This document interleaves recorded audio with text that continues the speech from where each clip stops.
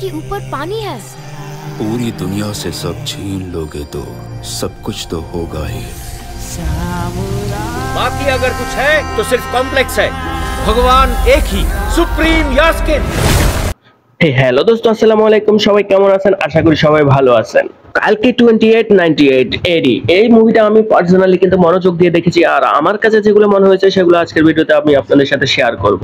ভারতের ইন্ডাস্ট্রিতে এই প্রথম এমন একটা মুভি তৈরি করছে যেটা আপনি কিংবা আমরা কখনোই কিন্তু আশা করিনি। তবে হ্যাঁ, বিএফএক্স দিয়ে আপনি জল খাবেন এই প্রত্যাশা নিয়ে যদি সিনেমা দেখেন তাহলে এটা মাস্টারপিস। কালকে মুভিতে প্রবাসকে দিয়ে জোর করে কমেডি করানোর কি খুবই দরকার ছিল? কমেডি করছে ভালো কথা, কিন্তু প্রবাসের মুখের মধ্যে না ছিল কোনো এক্সপ্রেশন। তাও কেন?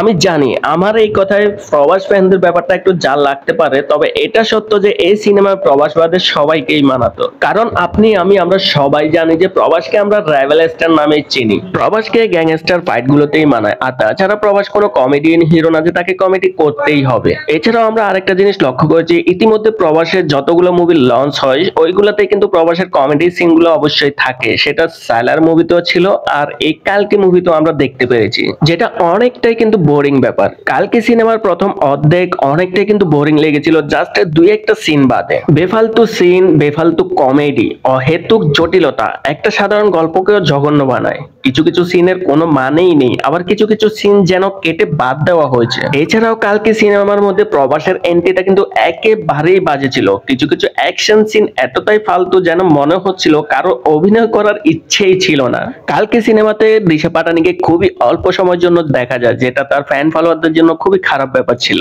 তবে হ্যাঁ, কালকে সিনেমাটি প্রথম অর্ধেক বোরিং লাগলেও দ্বিতীয় অর্ধেকটা পোষায় দিছে।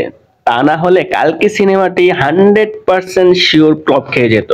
দ্বিতীয় অর্ধেক বেশ জমজমাট ছিল, আর আসল গল্পটাকে আরো সুন্দরভাবে প্রেজেন্ট করা হয়েছে। এছাড়াও সিনেমার পর্দায় অমিতাভ বচ্চন যতক্ষণ ছিল ততক্ষণ পর্যন্ত সিনেমার পর্দা থেকে কেউ চোখে সরাতে পারছিল না।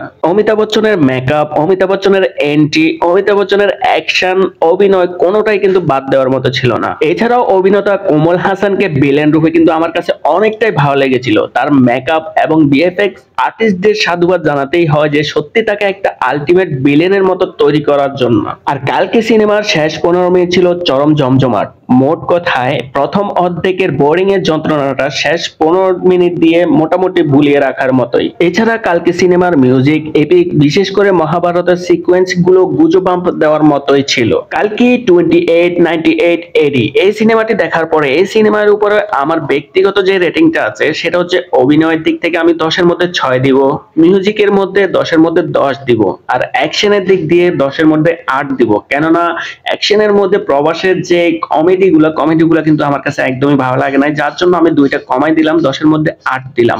আর এই মুভির বিএফএক্স এর দিক দিয়ে যদি বলতে হয়, বিএফএক্স এর মধ্যে আমি 10 এর মধ্যে 8 দিব। আর কালকে সিনেমাটি দেখার পরে আপনাদের ব্যক্তিগত রেটিংটা অবশ্যই কমেন্ট সেকশনের মধ্যে জানিয়ে দিবেন। সবশেষে একটা কথাই বলবো যে এই সিনেমার মধ্যে অনেকটাই সম্ভাব্য ছিল যেটা তারা ব্যবহার করতে পারেনি। যাই হোক, কালকে 2898 এডি যখন সেকেন্ড পার্টটা বের হবে তখন হয়তো আমরা ভালো কোনো কিছু আশা করতে পারি। সো আজকের মতো আমরা এখানেই বিদায় নিচ্ছি।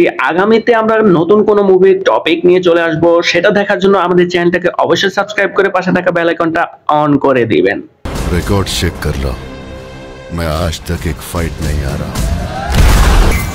ये भी नहीं हारूंगा।